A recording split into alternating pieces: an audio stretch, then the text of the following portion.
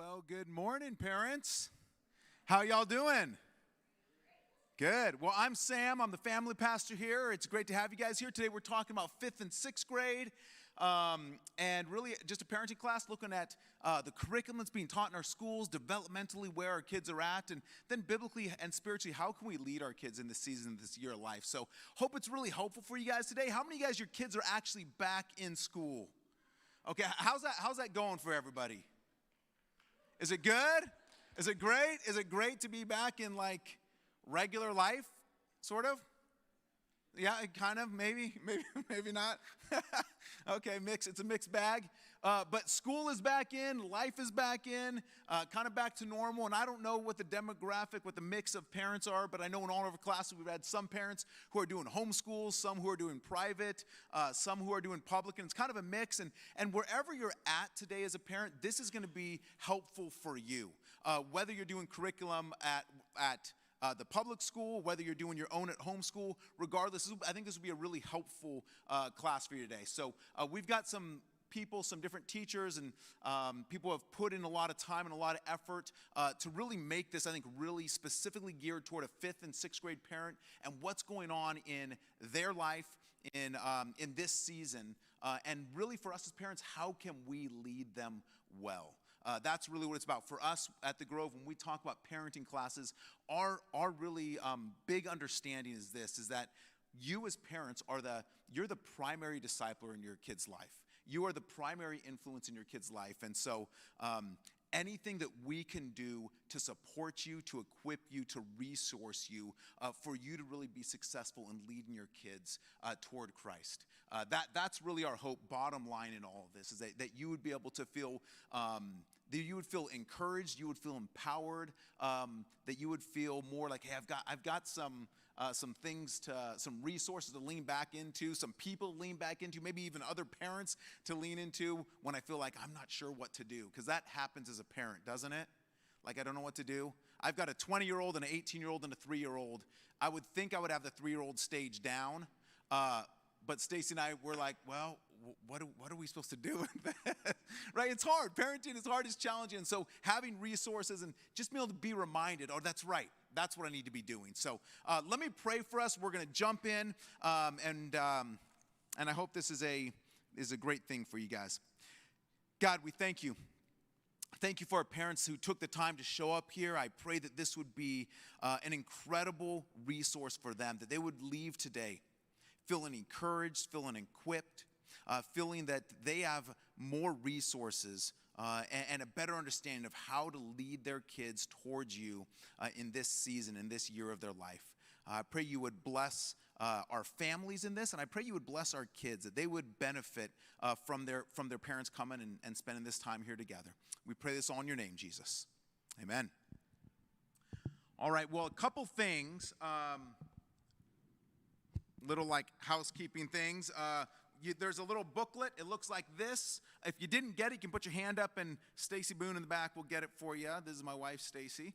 But parenting class, so this has got all the notes that we're going to talk about. Also, in the very front page, there's a QR code.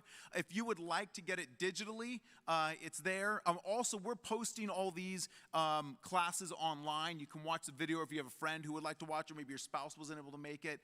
They can watch that as well. So also, just kind of point to your attention, at the bottom of each section, there's going to be at the bottom of each area, like curriculum development, there's going to be some resources. And those are places that you can go to find out a little bit more just about these different topics. So we hope that's a really helpful thing. I know it can kind of feel a little bit like drinking out of the fire hose with all the resources, but hopefully this will be something that you can like look into, or maybe a topic comes up. All right, here's something that I feel resourced with. So second thing is we've got these are just a gift for you for 5th grade or for 6th grade. So if you have a child in 5th or 6th grade, go ahead and grab one of these. They're on the back table, or Stacy's got those as well. So she's like overachiever.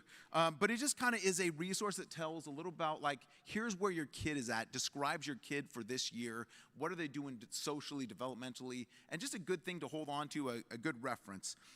Last thing is this. We've got these little blue cards around. We're going to do a Q&A at the end of our time. And before we finish, I'm actually going to collect them all before we finish, but I'll give you like a little 2-minute warning. So if Q&A. If you have a question along the way, go ahead and write it down. We do have a few pens in the back if you need one. But if a question comes up you'd like to ask, go ahead and write it down, and we'll collect these toward the end. Does that sound good? All right, here we go. So we just want to start with this idea before we jump in is really the idea of communicating with teachers and administration. So if you're going to a public school, this is part of the process. Is you're going to engage with the teacher, you're going to engage with administration. If you're in a private school, the same thing's going to happen as well. So, and this is just, I think, a really, really important thing as a parent. When you understand you're the primary disciple maker in your child's life, one of the best things you can do is engage with the teacher. Get to know your teacher, and really partner with your teacher. Build a relationship with them to love and care for your child. Really, you guys are a team together.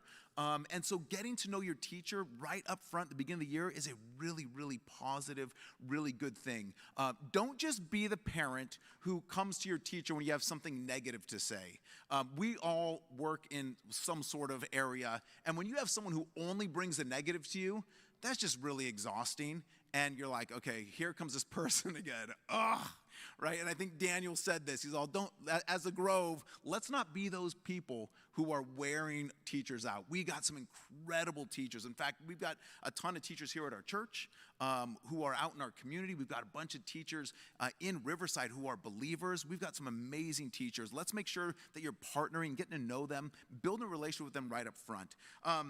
And every once in a while, conflict will arise. That comes. There's something that between you and the teacher or your child, or you feel like they're being maybe treated unfairly. Maybe there's some stuff being taught that you're not really sure about. If that conflict does arise, just remember that you represent Christ. You are representing Christ first and foremost in the way that you conduct yourself, the way that you talk, the way that you, the things that you say, the manner that you enter the classroom, talk with that teacher. So just remember you're representing Christ in that. And when you need to have conflict, just keep good conflict skills. Good conflict skills are important. And it's not just for parenting, it's for your teachers and conflict, but any area of life, like help you in your marriage, help you with your kids. Just have good conflict skills. If you feel like, all right, I'm frustrated and I'm really upset, maybe you just need to take a moment and just say, okay, you know what? I'm not going to go talk to the teacher right now. I'm not going to write this email right now because I'm just like super upset and it's just not going to come off well. I need to take some time. I need to pray about this. I need to be quick to listen, slow to speak, slow to become angry. That's an important thing. And also when you talk with your teacher, understanding, all right, let's work toward a resolution. Not just I'm going to come and blast you, but hey, how can I work with you? How can I come alongside you? How can we work together to make this better for our child? Just remember that is the goal, and that is focus, is what can I do to make this better for my child? How can we work together as a team to make this better? Whether you're at Woodcrest, whether you're at a public school, whether you're at even a charter school, what can I do to make this better for my child? That's kind of the end goal. And then when it comes to even being involved in the district and being involved in your child's education, I think it's a really important thing that you can go to the board meetings. RUSD has board meetings. They're open to anybody. So if you've got concerns about maybe specific things going on in the education system, you can go to the Riverside Unified School District board meeting. You can show up. You can even sometimes take people from the floor. You can comment. You can be involved. So if there's a question or concern you have, get engaged, be involved. I actually put the website here. You can check it out. They're actually online right now as well, so you can actually be involved and be engaged online. You can see what's going on. So those are just a couple things kind of to start off with. I'm going to hand it over to Darcy Fly, and Darcy is going to come on up, and she's going to share with us about curriculum and 5th and 6th grade. So Darcy Fly. Yay. Good morning. My name is Darcy, and I am a 5th grade teacher for Riverside Unified School District, and this will be my 25th year in education. I started off in public, then I moved into private education on and off for 16 years, and now I am back in public school again, teaching 5th grade, and I'm loving it. I'm finding that the older kids, I was a lot of years in primary, and these older kids are developing thinking skills on their own. You'll see as a parent, they might be separating from you and thinking on their own, which is really exciting to see. I also have 4 boys of my own. They're age 16, 18, 20, and 22, and we survived 5th and 6th grade, so you can too. So I'm just here to encourage you to really get to know your teacher. I know Sam's already said that, but there's so many quality teachers in our area, and if you can just partner with them and love on them when conflicts arise or you might not agree with what they're saying or teaching, it'll just make that bridge so much easier. So that's my encouragement to you. Also, something you might not know is if you went to Riverside School District, you do have access to all curriculum. So you can go to the district office, and if you went in there and said, I'd like to see what they're teaching in 5th and 6th grade, you could be pleasantly surprised that it's pretty bland, okay? I know that there's a lot of media hype about what we're teaching in public schools, but overall, 5th and 6th grade social studies and science curriculum is dated. Language arts and the Common Core math are more up to date, but there's really nothing too glaring that will come to your attention in most public schools. When you will find an issue comes with enrichment activities or outside sources that could be coming in to do field trips and things like that with your child or children. So what I'm going to talk about first is what highlights you need to be aware of as a parent in 5th grade curriculum, and then we'll be talking about some of the 6th grade curriculum. But for 5th grade, the main push is going to be U.S. history. Okay, so your child's going to be experiencing Native Americans, 13 colonies, American Revolution, Civil War, so the basic foundation of our country. They'll be studying the Declaration of Independence, the Constitution, Bill of Rights, political parties, and the role of the president. So you can see where this is going. As we go deeper into social studies, it can have some hot topics that come up in the classroom. And like I said, you won't find it in the curriculum, but kids talk. They watch social media. They get information from YouTube, from TikTok, and suddenly they know things about the critical race theory. They may be talking about political candidates. What makes a president good? What makes a president horrible? And you will hear them discuss this on the playground, in the lunchroom, and then possibly in the classroom, depending on the teacher that you are assigned to. So as a parent, one thing I always did with my own kids is I would say, in our family, we believe this, or in our family, we do this because, and then I would give a scripture reference. So if you start building within your child a foundation for that type of thinking, when they get to school, they might hear, oh, well, my family's voting for this person because, and then your child will have the tools to say, well, my parents were talking about it at dinner last night. We're voting for this person because. So what you want to do at this age when kids are starting to separate and develop their own thinking is really give them the tools to defend what they believe in. So that's just a parenting tip from me that's worked for my kids. And if your kid doesn't have a cell phone, if your kid can't be on Snapchat, if you're one of those parents that's super conservative and super mean and every other kid in the world can do all these things but your own child, you can say, well, in our family, we believe blah, blah, blah, and this is why. So if you start that pattern now and they go into adolescence, you'll be like a broken record. Well, in our family, we do this because, and then you tell them why. So when it comes to those hot topics like political parties, candidates, how we treat slaves, how would Jesus treat a slave? What would Jesus do with the Native Americans? Those are topics that you can bring up with your child so that as your child is going into the classroom, they already know, this is what my family thinks. This is the biblical worldview that our family shares and believes in. Okay, next hot topic, sex education, okay? I don't want you to be afraid of the Riverside curriculum on sex education because it's really old. It's really outdated. It's called Family Life, and they have a video series from 4th to 6th grade, so 4th grade, 5th grade, 6th grade. And according to the California Healthy Act for Youth, districts have the ability to choose if they want to teach sex ed from K to 6. They don't have to.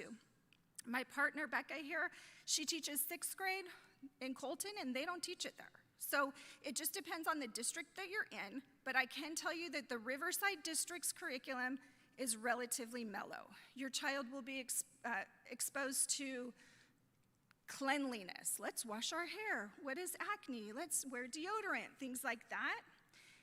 The girls will hear about menstruation. The boys will learn about their body parts, hormones, mood swings. So it's relatively mellow. However, here's the glitch. We're not sure what we're going to do with sex education this year at Riverside Unified as far as my administration's concerned, okay? In the past, you've opted out if you want to. So your child can be given a different assignment to do, okay, which is fine. And the other kids, boys will be in one room, girls will be in the other. Well, last year that didn't work, so they sent the video home, and everybody watched it at home, and they were supposed to listen to it with a family member or trusted adult, which was great. The problem this year is the transgender movement is becoming stronger, so we're trying to figure out where those kids are going to fall. Is it going to be we're just going to push that through and let the parents be in charge again? Is it going to be girls are in one room, boys are in another? If a child's struggling with their sexuality, they get to pick, which would be awkward if it was a boy sitting and learning about getting his period. So we're not sure what's going to happen on that. Or the other option is everybody together, which for a 10 or 11-year-old is super awkward. So they will do sex ed usually at the end of the school year. So towards the spring, check in with your teacher and say, what's the plan for family life? They like to call it family life, so it doesn't sound so controversial. What's the plan for family life? How are they going to teach it? Where will my child learn it? Will the genders be separated? Because right now, they want all the genders to be very fluid so that no one's offended. Okay, moving on. But don't be afraid of it, because the actual curriculum, it's good. It's what you want your kids to learn about their own bodies. Another hot topic would be enrichment activities. So a teacher gets the normal core from the district of what they're allowed to teach or what they're required to teach. Then a teacher can elaborate on that and add extra. That's where you want to really watch what's happening in the classroom, because there are apps on Clever, which is our district portal, and your child can go in and be assigned these apps, and there is some controversial information on those apps. So the apps might be Brain Pop, News LA, or how do you pronounce that? How did you say it? You said it different than I did. Newsella? Okay. Different people call it different things. Newsella or Flocabulary. And with those apps, kids can research the gay pride parades, George Floyd, how we view cops, critical race theory, Black Lives Matter. Those are the hot topics that really in the classroom the kids argue about, because they're very polarized in their views. So if they're in the classroom and researching those topics, as a teacher, I just have to monitor that, and as a parent, you should be aware. So this forum that we're offering right now is to help front load you so that you know ahead of time how to talk to your kids about subjects that they'll hear in school, even if it's not directed towards the teacher. Because always remember, the teacher has your best interest at heart. They're not trying to corrupt your kids. It's just we're in a worldly environment, and you want to make sure that your child has values that match your family, that they can defend in the school classroom. Okay.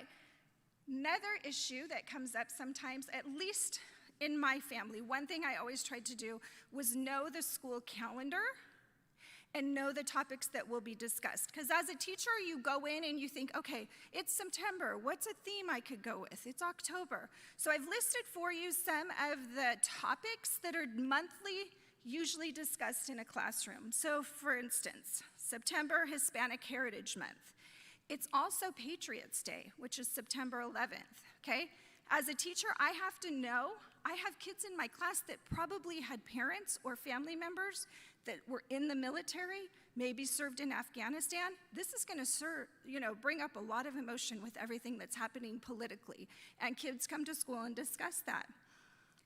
October, Columbus Day, that depending on how you view Columbus can be controversial. Also, if your child's in a dual immersion school, they spend about a week on the Day of the Dead. So you need to be aware of what's the school teaching about what happens when people die. What's our biblical view of what happens when someone passes away? November's Election Day, that's always exciting. Also Native American Day, Thanksgiving, depending on how you view world history and what happened when we started our country, that could spark interest too for controversy. December's an important month as a teacher, as a Christian teacher in a public school, because a lot of teachers do holidays around the world, Christmas around the world, so that kids can experience different religions. This is the perfect time, if your child is a Christian, to share their faith in school. I love it when I have Christian kids in my classroom because I can legally give them a platform to share their faith because they can discuss what they believe in. So that's an exciting time if your teacher ends up studying Christmas around the world. January, Inauguration Day, Martin Luther King Jr., you'll see Black History Month, Women's History Month, and then different holidays that are here. But I do want to mention to you, Mental Health Month is in May. You will notice most school districts across America have a really high push for social emotional training right now for teachers. They are anticipating kids coming back into the classroom with mental and emotional health issues after having to stay home online. I mean, for most of us here, we love our kids. We've done the best we possibly could with distance learning.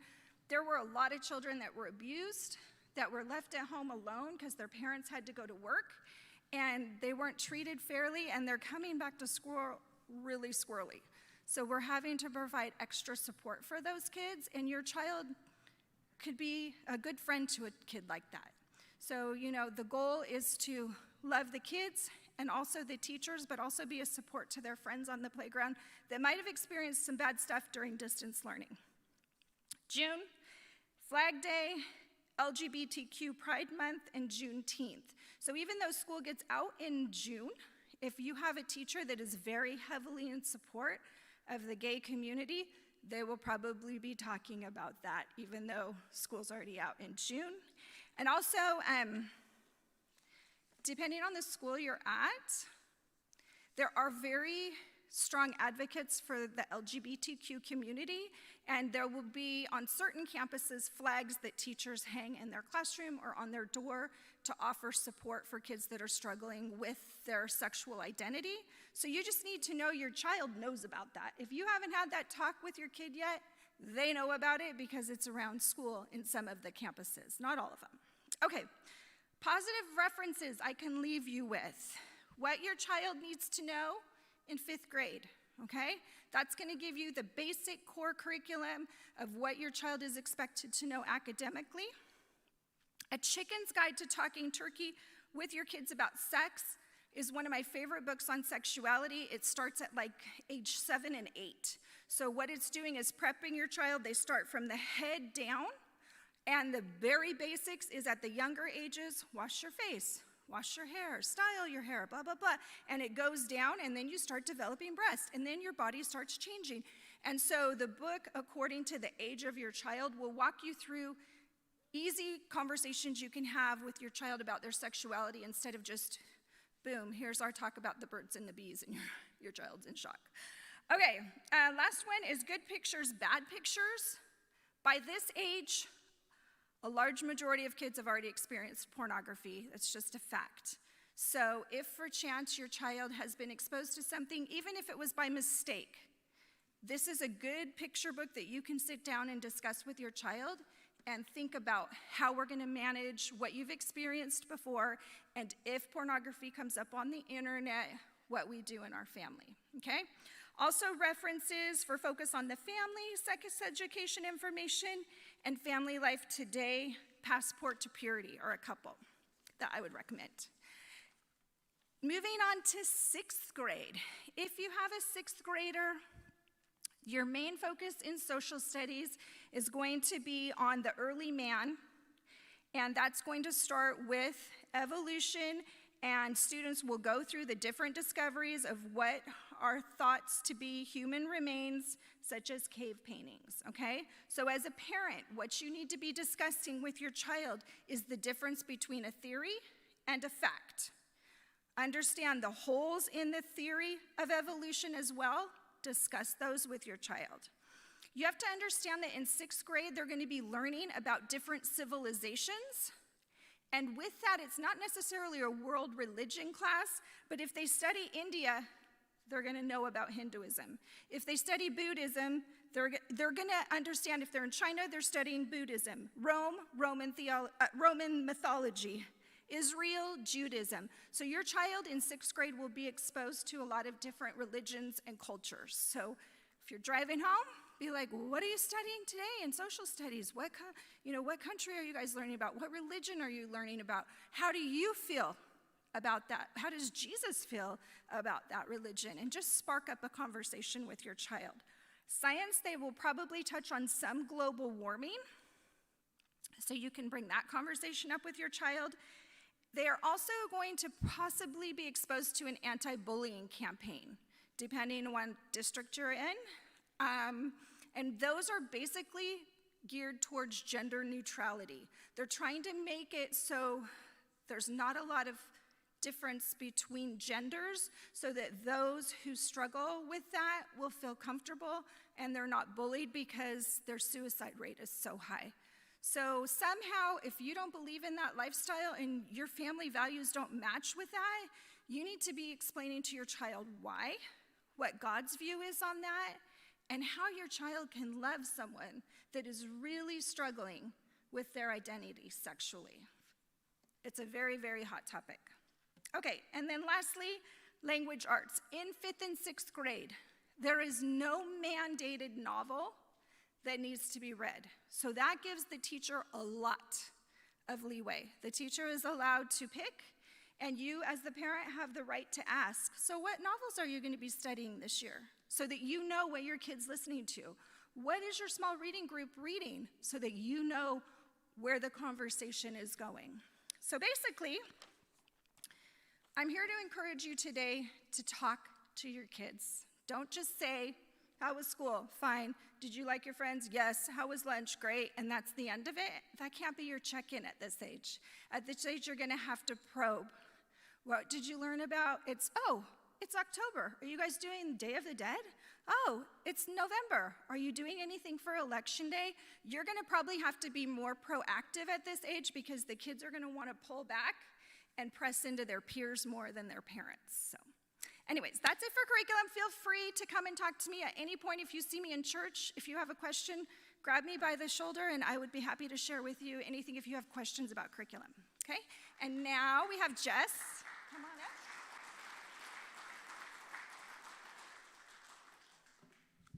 I need to make this taller because I'm not as small and cute as Darcy.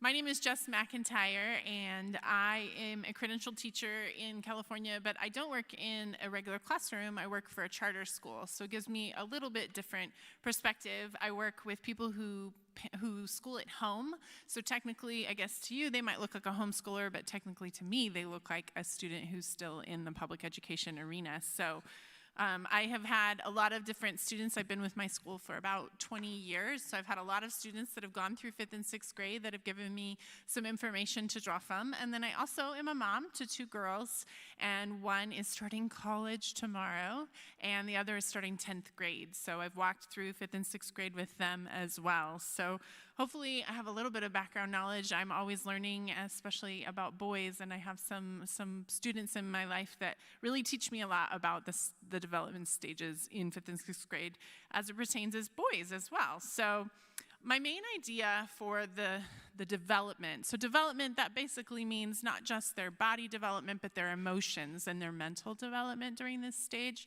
Pastor Sam and Jeremy are going to come and talk a little bit more about the spirituality of that stage, but I'm talking about their mental state a lot. So my biggest main point is, and it's in your booklet, it's not that they need you less, they actually need you more, but they need it more intentionally. And so I'm going to echo a lot of things that Darcy said, in that we need to be very intentional in our interactions and our check-ins with them.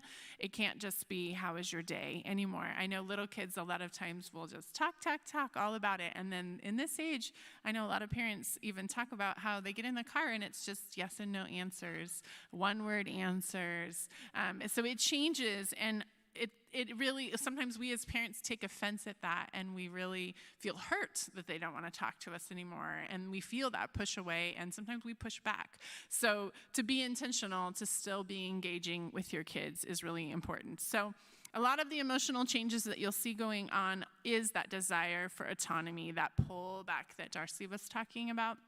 And it really is just that they want to be respected. They're starting to realize that they have their own opinions, and their friends maybe have different opinions than you do as their parent. And they're trying to figure out what that is for them and what they believe. So they want that autonomy. So somehow meeting them in the middle and giving them that little bit of space, but still having that interaction with them is something that you have to kind of walk that line on. And they also do have growth spurts physically, and so that kind of makes them want a little more privacy in that way too.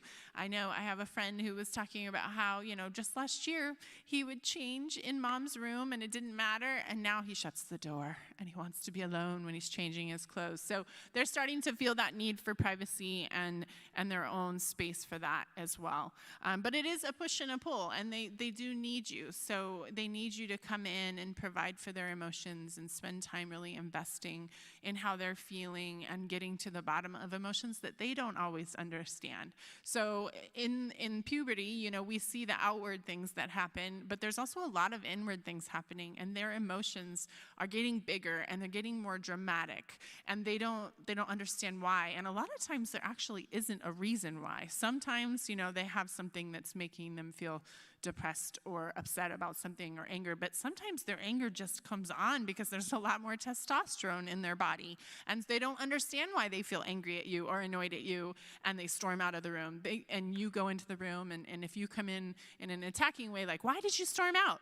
Then they're not going to know why, and they're going to keep confronting. But if you can come in and say, I noticed you're feeling angry, let's figure out how we can breathe through that and figure that out before you react in that way. So helping them understand those emotions and not feel bad about having them, and making that a more talkable point.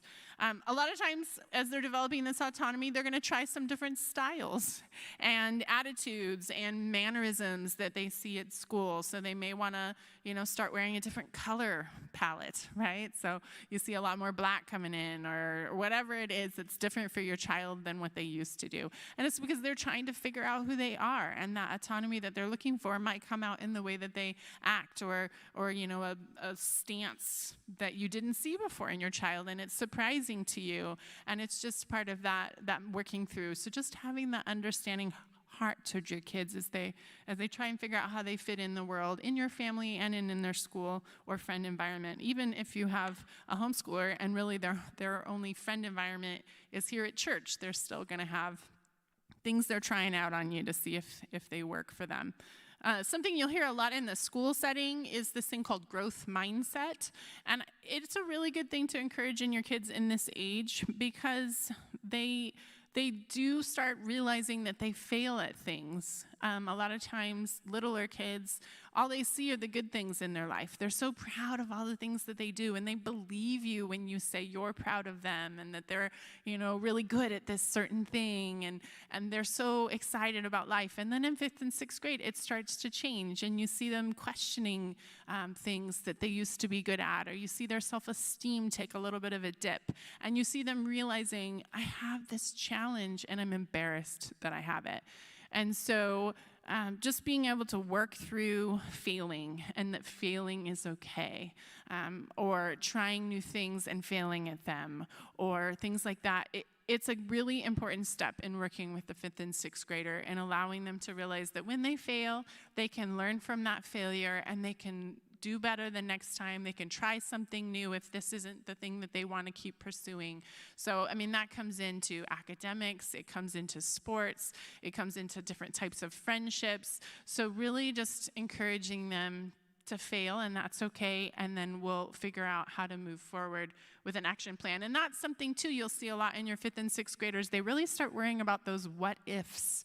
What if this happens? What if this friend doesn't like me? What if I fail when I, go out to bat in the baseball game? Whereas before, you saw that confidence. Like, they were fine walking out to bat, and now they're nervous, and they have the what ifs. And so being able to preload responses is really important. So being able to walk through those what ifs with them. And don't just push them away like, you'll be fine. It's great. Acknowledge that they have the worries. Acknowledge that they have the what ifs.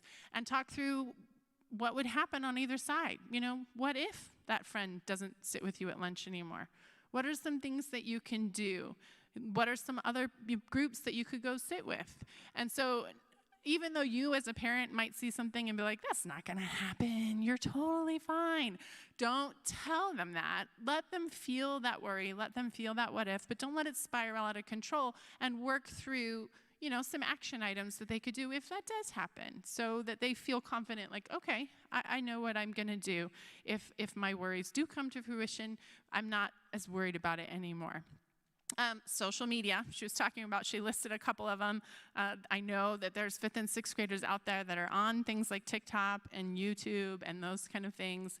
And just being able to, one, if you're not choosing to have your kids on that, being able to have pre-rehearsed responses, the what if responses. What if I see something? What if, this happens with my friends that have phones? And being able to have those pre-rehearsed responses, like she said, she had that great little, can do, close your eyes, talk to an adult. So having those kind of action plans in place are a good idea.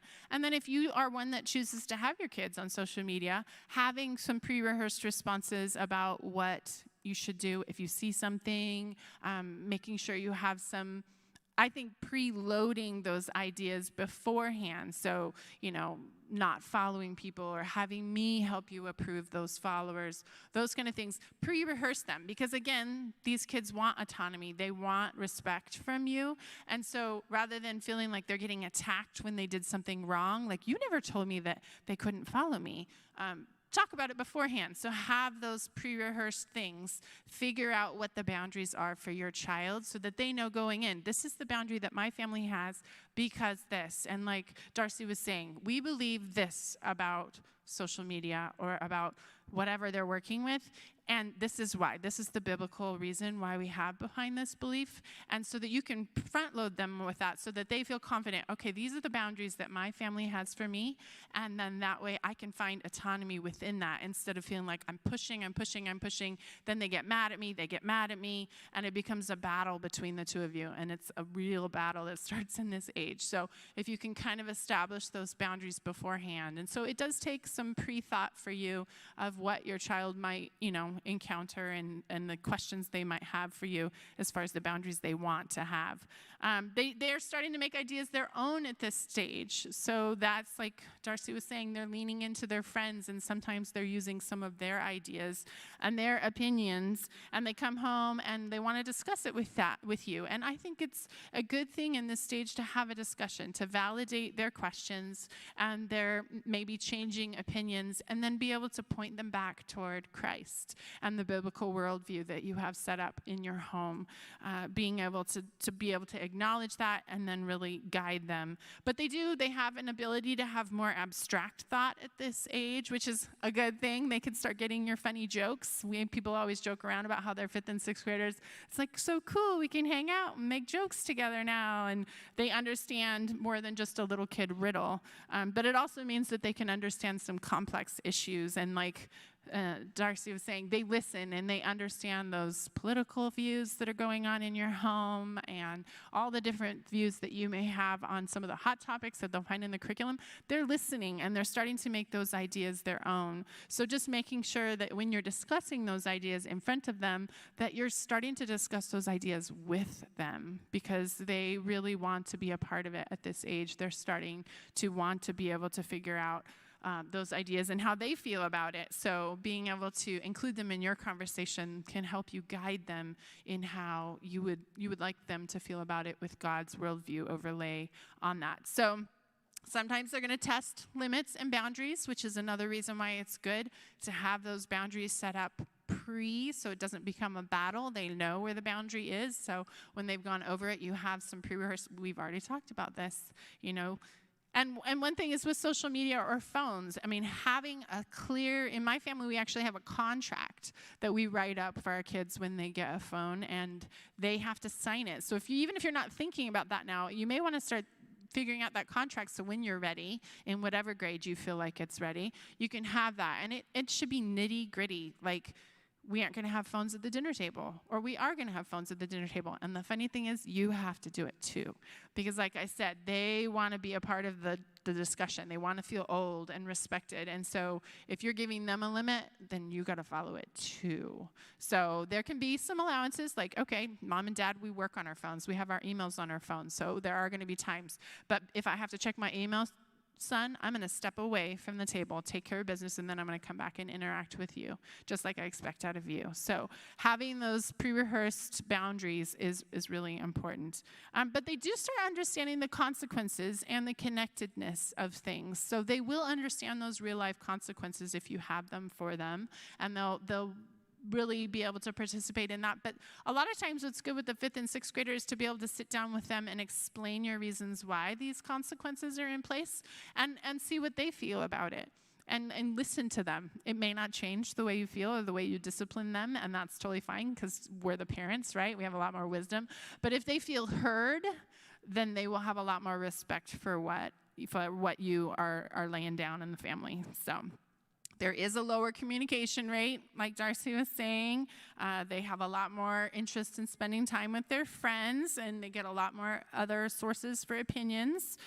So allow them to develop those stronger bonds, but one way that you can be a part of that is making sure you know who their friends are and you interact with their parents. And so sometimes, you have your friends that you'd rather be spending time with, but being intentional to spend time with the parents of your kids' friends is a good idea, so that you can know what's being poured into their life and you can be a part of that. So you don't just, aren't blindly sending them off to some other person that they're building these stronger bonds with, whether we really like it or not. Like I said, they have that need for privacy, and they can start question things and not take things at face value. So a lot of times their communication can come through body language too. So starting to be aware of that. If they're pouty or they're, pulled back, then to be able to see that really does have a reason behind it. Sometimes they don't know that reason, and it'll take a little bit of intentional pulling, but making sure you have a check-in time. So if your kid's being really pouty and, it's a hard day for you, give them their space, but then have an intentional check-in time. And whatever works for your family. So it could be bedtime, it could be in the morning, it could be during a hobby that you guys have together, as long as it's a regular, intentional time for you, which I know is so hard because I'm a working parent, my husband is a working parent, and so sometimes you're just tired and you just want to be done. But being able to really intentionally go and sit on your kid's bed and ask about their day and talk about how they feel about themselves or about their friends, and having intentional discussion time, I would say daily, is important at this age, because they won't volunteer it up a lot in 5th and 6th grade. A lot of times they're going to start keeping it all to themselves, and this is the age when a lot of times they'll start keeping secrets from you, not always deviously, but just because they feel maybe embarrassed about something they're feeling, or they feel shameful about it, and they'll start keeping it to themselves unless you really pry. And it can take weeks for you to get to the bottom of something that's really making them feel dejected. Even for them, like I said, a lot of times they have emotions that they don't understand. So be careful of car time being your check-in. It's a great place because they're trapped with you, but especially nowadays, we have phones, you have headphones. So if that's going to be your check-in time, if that works for you, like the drive home from school, maybe collect the cell phones, put them in the front seat. Make sure they don't have headphones in their back pocket that they could be putting in. So make sure that whatever that check-in time is a really uninterrupted time. Physically, they are going to be starting to go through puberty in 5th grade. I know that happens at all different ages for different kids. So even if your kid is not starting to change physically, some of their friends are. And so just being able to understand that. One of the biggest changes that happens in 5th and 6th grade that we don't always notice as parents is that they're growing really fast and they're really, really clumsy. And so a lot of times they just knock into things, and maybe they're not as good at the sport that they've always been good at, and they feel awkward. And so, I mean, it sounds funny, like who cares if they knock into something? But a lot of times we lose our patience. We're like, why are you always bumping into my desk? You know what I mean? And it's just because they're growing so fast. So being able to be aware of that and help them through that awkwardness that they feel, because a lot of times their physical awkwardness can translate to emotional awkwardness as well. They just feel like they're out of place in the world. They have a bigger appetite, and they actually need more sleep. So a lot of times we think, oh, they're bigger. They can stay up later, it's cool. But they actually need more sleep. So make sure you look online, see, your kid's age and how much sleep is recommended, and make sure they're getting that sleep. Have a regular bedtime, have a regular bedtime routine for them, whether they take a shower to kind of just release the day or whatever it is, because I know a lot of times 5th and 6th graders, they don't fall asleep. You put them in bed at like 9, and then they lay there for 2 hours. So help them develop some sort of routine, whether, you use the smells, there's all the essential oils that can make you feel sleepy, but help them develop a routine so that they can get enough sleep, because if they don't get enough sleep, it really affects their emotional state as well.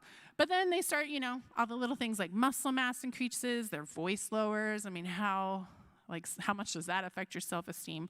They redistribute their weight, especially for girls. They start filling out in places that they didn't used to fill out in. And so that's when body image issues can come in, is because they're not comfortable with not looking like a little girl anymore. And so that's something to just think about and be aware of if you start seeing those signs, or just a worry in that area, to make sure, that you ask them the right questions. And you don't always have to be the only counselor in their life. There are the Grove Counseling Center is an amazing resource that we have here as Grovites, and you can get help for these kind of issues too, even in 5th and 6th grade. Even in 5th and 6th grade.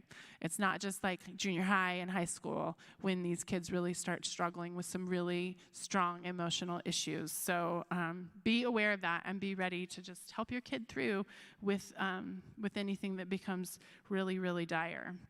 They do have a lot of mood swings. There's a lot of brain development actually in this age. It's a huge stage of brain development and physical development. So there's just so much changing for these kids at this age, and we really want to make sure we support them through that. So you'll have some kids that are like asking for makeup and really growing up fast, and then you'll still have some kids that are wanting to play make-believe. And so helping them that understand that difference in their friends and the changes that are happening there, or in siblings or that kind of thing. Like you may have 3 younger siblings, and then you've got this older sibling who doesn't want to play Legos anymore, doesn't want to play make-believe in the backyard, and the younger siblings are feeling sad about that, and the older sibling is maybe feeling guilty about that. So being able to talk through those changes and allowing that change is a good thing to be intentional about. But a lot of times they become more physically mature before they catch up emotionally. So it's a weird stage for them, a very awkward stage sometimes. And then there are some small relationships, because some of these kids are getting their puberty's hitting, and they're ready to start catching the girl's eye or the guy's eye. So sometimes there will be relationships, and sometimes your kid will be in the relationship. So again, pre-rehearsed responses. So do we date in our family? How do we handle those situations? It's something to talk about at this age, because you think, oh, it's not till like 7th or 8th grade I need to talk to my kid about whether or not, it's okay to hold hands at school. But no, 5th and 6th grade. So talk to your kids about that. Make sure that they're aware that sometimes that might be happening around them, and what is their pre-rehearsed biblical response in that situation, to love and guide their peers around them. Okay, so some of our action items. I keep saying it, but make sure you engage with your kids. Build that relationship so that you can have a space to be able to talk to them, a trusted space, so space that allows them to express their opinions and their views, and then you guys can come back with your opinions and your views and guide them. But if they feel like they're always shut down, it's not going to be a safe space for them to be able to work through some of those issues. And you want to keep that space open so that you can guide them through these years. Also, teach them to speak up and advocate for themselves, because more and more in the curriculum, it becomes independent in 5th and 6th grade. So you guys are coming from like 3rd grade, sometimes 4th grade becomes independent, but 5th and 6th grade, there's a lot of, you get the assignment and you work through the steps more on your own. So making sure that they ask for help, not just emotionally and physically, but academically as well. They have to learn to advocate for themselves and go ask for the things that they need, especially if you have a child that may have some higher needs in the classroom, to make sure that they're asking for help when they need it. And then also be careful not to pass on your negative views, because like I said, they're listening more and more. They want to be involved in your conversations. So if you're like, I hate that Common Core math, that's how they're going to feel about math as well. So make sure that your views are done in a positive light, because they're listening. They're interacting with your opinions and your views, and they're taking those with them to the classroom. So staying positive as much as you can is a good thing. And then, like I said, the social media, it is time to start thinking about it, whether or not you're ready to give it to your kids, because it's out there for the other kids. So just make sure that you look into, there's apps that you can, track your kids or have their logins on your phone so you see every text message they get. So if you're starting to think about those things, make sure that you're thinking about putting those limits on, because it's much easier to do it at the beginning than to do it in like 9th grade when you realize it's out of hand and they're like on Instagram all the time. So it's much easier to do it at the beginning and set up those boundaries so that they understand this is a privilege that I have that's given by my parents, and it's watched by my parents because they want me to be safe and feel loved. So if that's something you're thinking about doing, please do think through having a contract and reading a couple books about that. I have some books that I think are going to come up there in just a minute, but before we do that, make sure that you talk to them about your involvement. The little kids, they love having you around. They always want you in their classroom. They want you to be their Sunday school teacher, right? But at this age, they may need a little bit of a line between you two. So talk to them about how much they want you to be involved before you volunteer to be their scout leader, their baseball coach, their, teachers, assistant, all the things. They may need a little bit of space, and don't let your feelings be hurt too badly. But figure out where you can be involved. So if they don't want you in the classroom anymore, then say, okay, I'll volunteer in the front office and I'll do die-cut letters. And so you can still be there, you can still be a part of it, but just making sure that it's where they feel comfortable so that you guys can come to an agreement and there isn't, a hardness that develops in that way.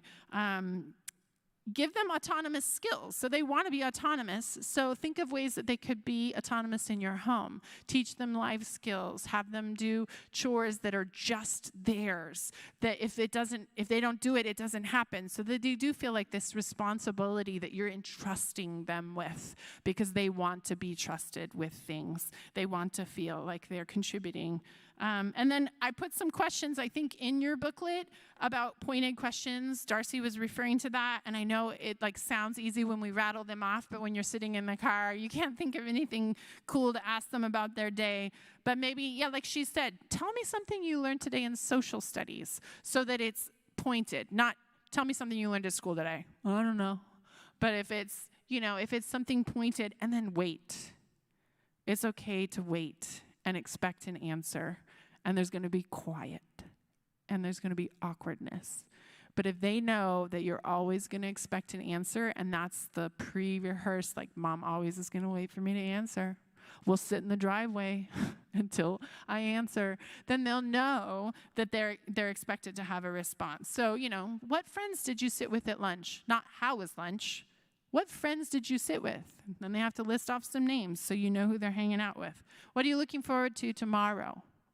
Things like that. And if you're having a hard time, if you just Google questions to ask your child after school, there's some really great articles out there that'll give you some good food for thought. So And my biggest thing is check-ins, and not just emotionally. You need to check in with them about their homework too, because like I said, 5th and 6th grade, they have a lot more autonomy in their classroom, and they also are trying to figure out who they are in the world, so all of that can come together to a child that used to get perfect marks in history, now has no interest in history anymore. So you need to make sure that you're figuring out what they really love in the world, what their niche is. Take them on weird field trips if they're interested in something new that your family hasn't explored before, and help them figure out what their niche is, and then also help them keep up in school and make sure you're checking in because they might need that support still. So I have some books. One is called 3 Questions for a Frantic Family. I love it. It's actually kind of more a businessy book, but it can help you kind of evaluate your family life. Passport to Purity. I know Darcy said it once, but it's a great for boy or girl, like weekend getaway to talk about purity and standards. This is the time. I know it feels early, but this is the time, because if you wait too long, you aren't going to be the person who pours that information into them biblically. They're going to get it from someone else. There's some really fun things like 8 Great Dates with your daughter, boyhood and beyond, some ways to intentionally pour into your child at this stage. The TechWise family is a great one, and I think we have it on the back table if you're starting to think about how to develop those contracts and boundaries within the tech world. And then there's a couple websites. The Big Life Journal one is a great one for growth mindset, if that's something your kid struggles with, is failure. And then understood.org is a great place to go if your child is having any kind of just emotional need or something like that to help you understand them a little bit. And then Radish Kids, I just put it on there because there's lots of great ways out there to give your kids autonomous skills, but that's a cooking one. So just helping your kid learn how to truly cook and take over some family meals, just giving them those skills so that they feel autonomous and respected in your home is a great gift to them at this age. So with that, I pass it on to Pastor Sam.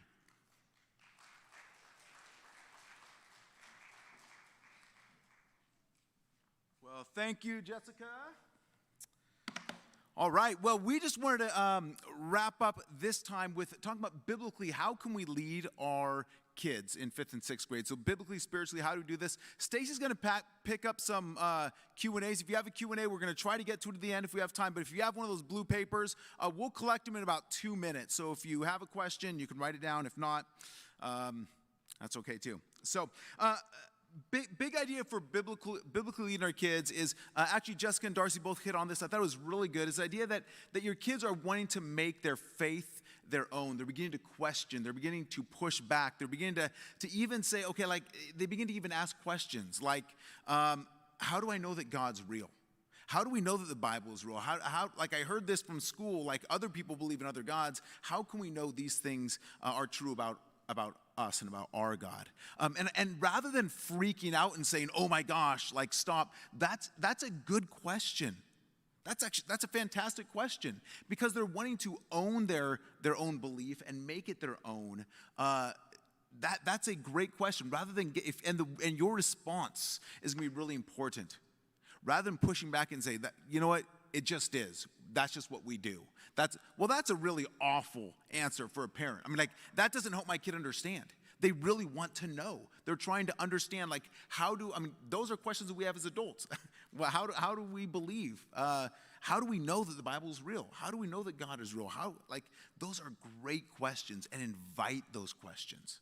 And if you don't know the answer, it's okay to say, you know what, let me get back to you. You can call Jeremy Fly. You can hear our kids' 5th and 6th grade co-director. You can call myself. You can call someone else, pastor of the church. You can Google. I don't know. But really, take the time. Read a book. Find out what that answer is. It's okay to tell your kid, I'm not really sure. Let me try to figure that out. But when your kids ask questions, that is a really good and really inviting thing. And let me encourage you, as parents, let me encourage you guys to ask your kids good questions. Jessica shared this as well. Ask good questions. That's important. And when your kids do have a divergent view, they come home and say, well, I heard that there's lots of ways to God, that Jesus isn't the only way. Rather than say, no, you're wrong, it's a great opportunity to say, well, tell me more about that. Like, help me understand. Where did you hear that? What do you think? What do you think the Bible has to say about that? And let them begin to process and think through it so that they begin to own their faith. And as they get older, it's actually theirs. It's not just, here's all the things that I've put on you. As little kids, we just tell them things. But now they're beginning to push back and they're beginning to question. And that's a good, normal part of life. But being able to help them navigate that, I think, is really, really important. We want to talk to our kids about who God is. Helping our kids understand who God is really important. I'm not going to go through all this, but I think one of the most important things our kids can understand is who is Jesus. That they really, truly understand who is Jesus and why is that so important? Because Jesus is a foundational thing about our faith. He is the center of our faith. There's lots of other religions that seem very similar, that have a God, that have belief, but Jesus is the center, and that our kids understand that we are saved by grace because of what Jesus has done.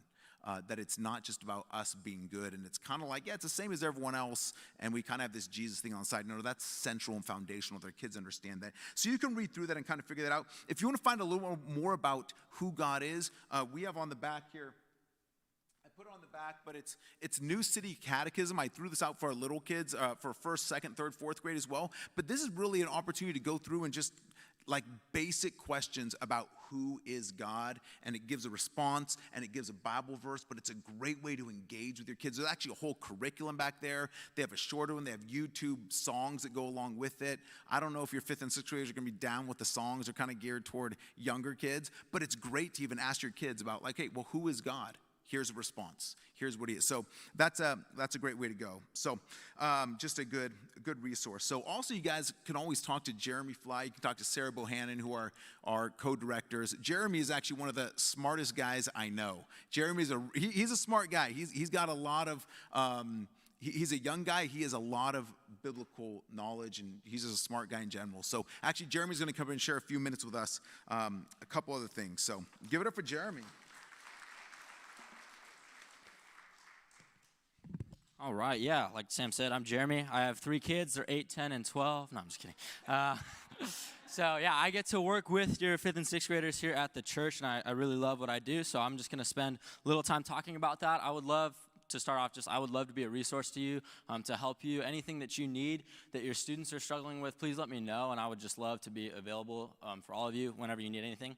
But we're talking about the Bible and what that looks like for your family. The Bible is God's word. We believe that it is without error. It is perfect. It's truthful in all that it affirms, meaning that the Bible is the ultimate authority in our lives, and that means that it needs to be the ultimate authority in your family. And so as parents, you want to make sure that you're setting the standard at God's word, right? Your rules, your standard for what is right and wrong, it doesn't come from you as a parent, but you look to God's word together as a family, right? We've talked about how they're starting to question why things are right and why some things are wrong, and why does our family believe what we believe? Well, that's a time for you as a parent to say, well, here's why we believe what we believe. It's not because this is what mom and dad think and this is our opinion on the things of the world, but this is what God's word says, and God is our creator, and he knows what's best for us. And so we as your parents also submit to whatever God has to say. And so it's important for you to show them that, yes, you too as parents, you're submitting to what God says, that you're not just making up these rules, and they're not, some things aren't for anyone to have their own opinion on, but we need to trust God's word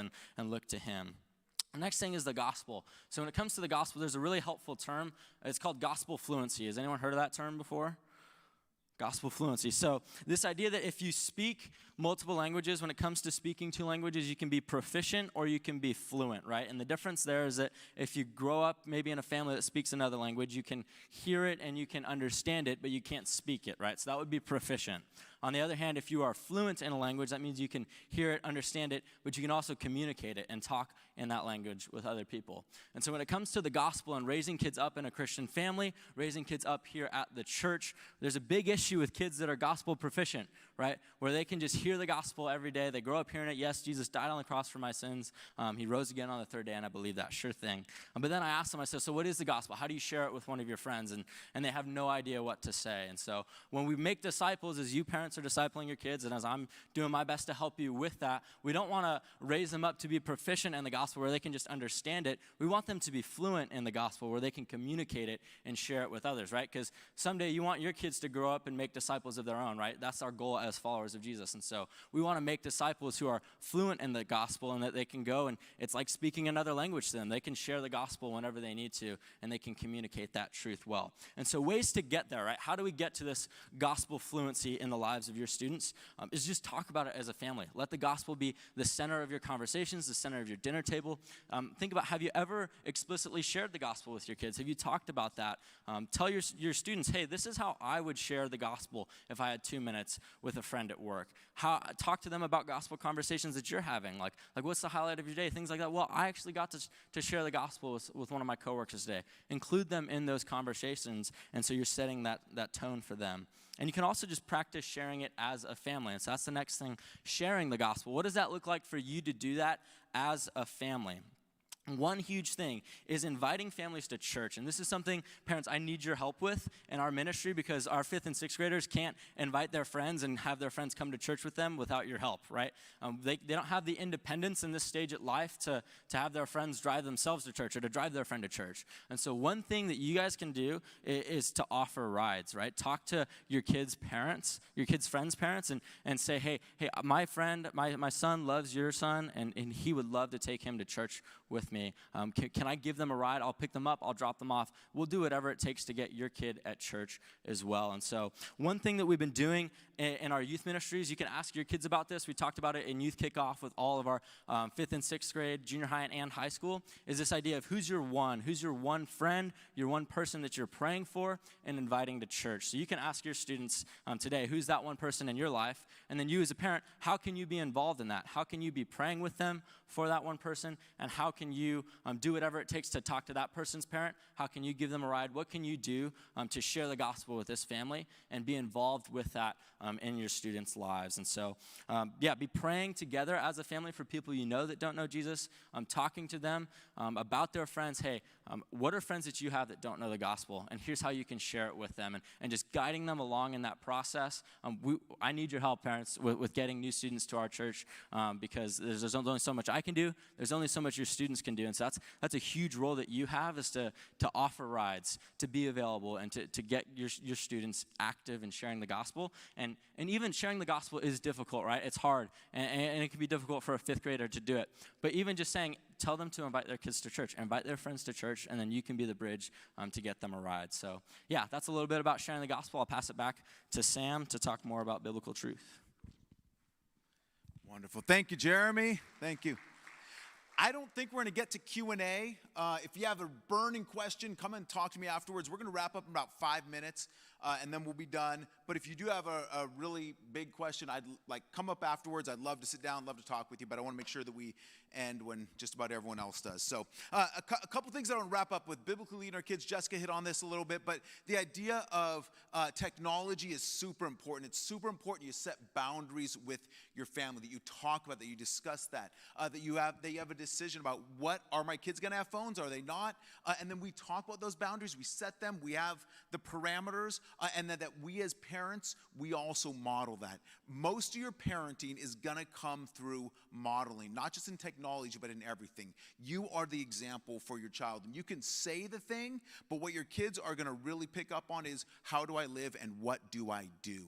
And so for you to say, hey, you know what, the phones, no one has phones at the dinner table, and then you always got the phone at the dinner table. No one has, tablets or phones in the room, and I always do, right? It's like, well, I'm sending a very mixed message. And so not just with tech, but with everything, it's important that you understand you are modeling for your child what faith is, what a godly example is. And that is the primary thing. Deuteronomy tells us that we are to be teaching our kids when we lie down, when we get up, when we sit at home, when we walk along. Every area of our life, we are teaching our kids. And so it's not just about what you say, but it's about the kind of person you are and the way that you live. That is what your kids are picking up on. And so it's important for us as parents that we do set the boundaries.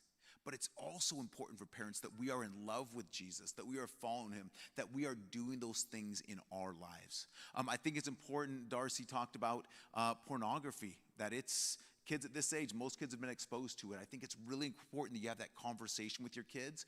I think some parents maybe feel a little bit, one, that's a hard conversation to have, but two, sometimes we don't have that conversation because there's still, as a parent, I'm still struggling with that. If that is the case, I want to encourage you to talk with Pastor Trevor Christmas. They're actually doing a Conquer Men series, and it's really dealing with really purity. And what am I putting my eyes in, overcoming temptation. Talk to our men's pastor, Pastor Trevor Christmas, and that'd be a great, because I can't lead my kids where I am not. And that may be the first step for you to say, okay, I need to work on this so that I can lead my kids in that. I think it's an important thing. Friendship is important at this age. Your kids are beginning, you probably see it, they're beginning to pick their own friends when they're little. You get to pick their friends for them. Whoever your friends are, that's who their friends are. Now they're actually saying, I want to go hang out with this person and this person and this person. And so it's important that we're teaching our kids what it means to be a good friend. What does godly friendship look like? And even helping our kids understand, in order to have a good friend, I've got to be a good friend. I've got to model that. And so we're instilling these kind of attributes and characteristics. And you can read those in your kind of these different verses, but really look at the idea of that we're helping our kids understand what it is to be a good friend. And what it is, number 7 there on those things would be kind of the end there is stand up for your faith and how to disagree in love. That's important as a friend. That our friends can stand up for what they believe in and they can disagree in love. That they can, that in love they can still speak the truth. They can disagree and still do it in a way that's honoring. Because I think you've probably even seen among your own friendships as adults, you've seen friendships severed maybe in the last year or in the last couple years over different maybe it's, social media or politics or ideological differences. And what an awful thing that our kids understand, okay, I can disagree and I can still love someone. I can still care for someone. I can be a person who's compassionate and caring and kind. Last thing I want to wrap up on is the idea of gender. It's important that our kids have a biblical understanding of gender as there's a different perspective in our world. It's important that our kids understand God's design and God's standard for sexuality and for gender. It's important that they understand that God created us in his image, male and female, he created us. In Genesis 1, it tells us. We have this understanding, it's important that God is the one who created marriage. That God's design, you see Genesis 2, and actually God creates the woman out of the man, he brings them together, and that is God's design for marriage. In fact, it goes on to say in Genesis 2 that this is why a husband leaves his family and he's united with his wife, is because that's God's design. So we leave our families and we get married because God's the one who designed it and created it. In fact, Jesus actually says that in John 19. He says the same thing when he asks about marriage. He points back to creation at the beginning. And it's important for our kids to understand, like Jeremy just shared, not just, hey, this is our opinion, this is our feeling. But no, this is what God's word says. This is why we have this sort of understanding about sexuality, about marriage, about gender, is because it's God's design. It's his idea. And I think that's a really important thing. A great resource, I don't know if we put a couple out, but I'm just going to throw one up. The Gilkersons have this 3-part series called The Talk. Really great resource about puberty, about relationships, about sexuality. Read through it first. Don't be like, oh, Sam said this, I'm going to read through my kid. And you're like, oh, what? But if you're in 5th and 6th grade and you have not talked, your kids are 5th and 6th grade, you have not talked about sex, you're behind. You need to start talking about it. You don't need to let them know everything, but you need to start having those conversations and talking with your kids through that. That's really, really important. So it's important that our kids understand that. And I'm going to wrap up. Last thing, I'm going to just give you, there's more content in there, and if you have questions, come and hit me up. 3 things I want you to take away, 3 action items. Number 1 is this, is share the gospel as a family. Jeremy said that. I think that's so important. As a family, begin to talk to people about Jesus. Your kids aren't going to know how to talk to their friends about Jesus unless they're a part of it with you. What an incredible opportunity for you to say, okay, here's a kid on our baseball team. Let's invite them to church together. Let's invite that family over. Let's have them over for dinner and barbecue. And let's kind of get to know them and begin to talk about what God has done in our life. Invite them to church. Invite them to a van. Invite them to camp. That's a great way to begin working on that. Second thing is engage our kids to think biblically about ethics, current events, politics. And so not just say, here's what we think. But here's what God's word has to say. That's important. That when you talk about current events, when you talk about politics, when you talk about hot topics or beliefs, not just, hey, here's what we think. And I know Darcy shared that, and I know Jeremy shared that, and just reiterating for us to take that home and say, have a scriptural understanding attached to it. Not just, this is just our view as a family, but no, it's our view because here's what God's word says. Very last thing is this: ask good questions and then listen. With your kids, ask good questions and be willing to listen. And if they don't, and if they talk, ask more questions and listen some more. We as parents are not short on giving lectures. We're really good at telling our kids what to do and talking down to them. Stop and actually ask questions. Listen to what they're saying.